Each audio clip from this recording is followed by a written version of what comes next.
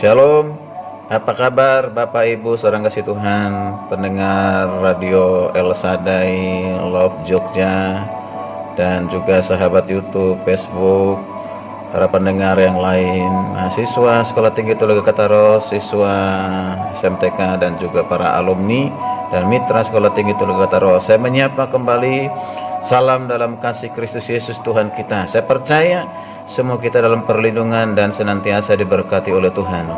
Puji nama Tuhan, kita kembali akan bersama-sama diberkati dengan firman Tuhan melalui program Renungan Pengajaran Kataros Ministry. Percaya semua kita merindukan akan sabda Tuhan, karena firman Tuhan adalah pelita bagi kaki kita, terang bagi jalan kita. Baik, saya Pendeta Dorbastian putar-putar mengajak Bapak Ibu Saudara untuk membaca firman Tuhan dari Injil Matius pasal 10 ayat 29 sampai 31. Injil Matius pasal 10 ayat 29 sampai 31. Saya akan membaca khususnya ayat yang ke-31.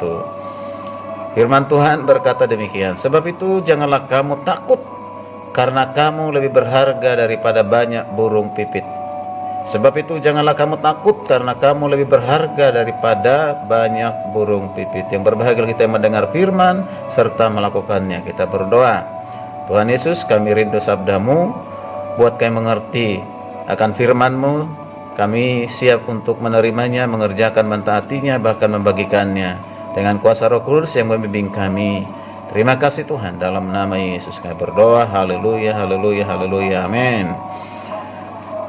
Bapak Ibu saudara kasih Tuhan, semua orang tak menyangkal bahwa hidup di dunia ini adalah singkat adanya.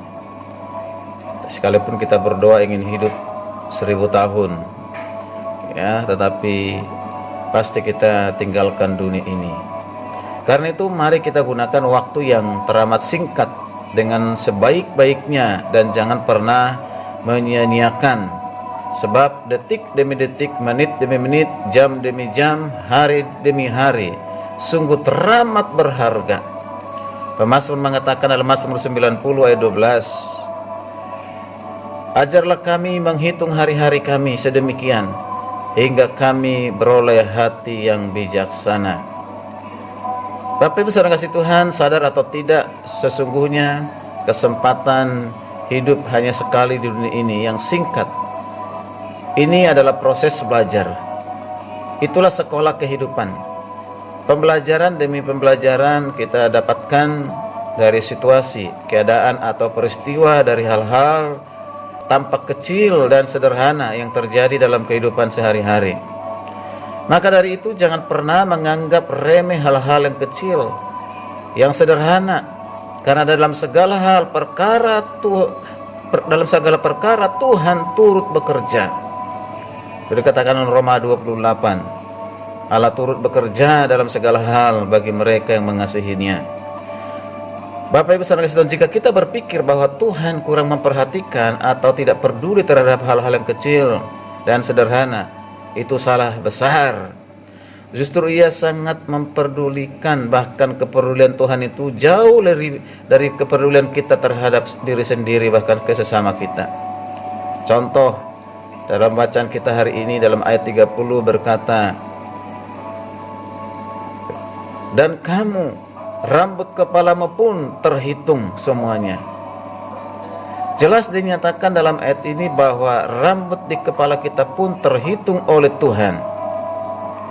Perhatikan, dihitung atau diberi nomor, artinya Tuhan menandai setiap lembar rambut kita. Luar biasa betapa telitinya Tuhan terhadap kita. Puji Tuhan. Siapa yang bisa menghitung rambut kita di dunia ini? Kita sendiri tidak mampu, tapi Tuhan tahu berapa jumlah rambut kita. Itu berarti Tuhan sangat teliti. Itu hal kecil. Kalau kita memahami akan hal ini, tidak selayaknya kita bersungut-sungut kepada Tuhan untuk setiap masalah yang terjadi. Sebab masalah pasti terjadi tidak secara kebetulan, saudara kasih Tuhan. Bisa karena akibat kesalahan kita, atau diizinkan Tuhan terjadi sebagai sarana untuk apa? Mendidik kita masuk dalam sekolah kehidupan ini. Sungut-sungut adalah wujud pemberontakan kepada Tuhan dan sikap tidak menghargai kebijaksanaan Tuhan. Milikilah penyerahan diri saat berada dalam proses Tuhan, di sekolah kehidupan ini, atau di universitas kehidupan ini. Sebab Dia adalah sang pengendali dari segala keadaan. Maka sesekecil apapun masalah dan pergumulan yang kita hadapi atau kita alami, tidak ada yang luput dari pengawasan dan perhatian Tuhan. Tuhan hadirin adalah setiap permasalahan kita. Dia hadir untuk memberikan kekuatan kemampuan kepada kita untuk keluar dari persoalan itu dan memberikan kemenangan. Tuhan tidak pernah meninggalkan kita. Dia menyertai kita. Karena itu jangan pernah bersungut-sungut, jangan pernah menyerah dengan segala persoalan masalah yang ada. Mari kita serahkan kepada Tuhan, maka Tuhanlah yang menolong kita. Ingat, pertolongan Tuhan tidak pernah terlambat, selalu siap menolong kita dalam segala situasi kondisi apapun.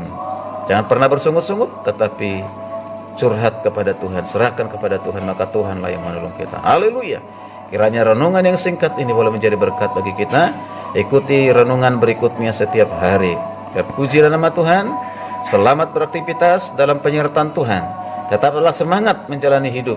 Ikuti protokol kesehatan, memakai masker, mencuci tangan, dan menjaga jarak. Immanuel, Tuhan beserta kita. Shalom, shalom.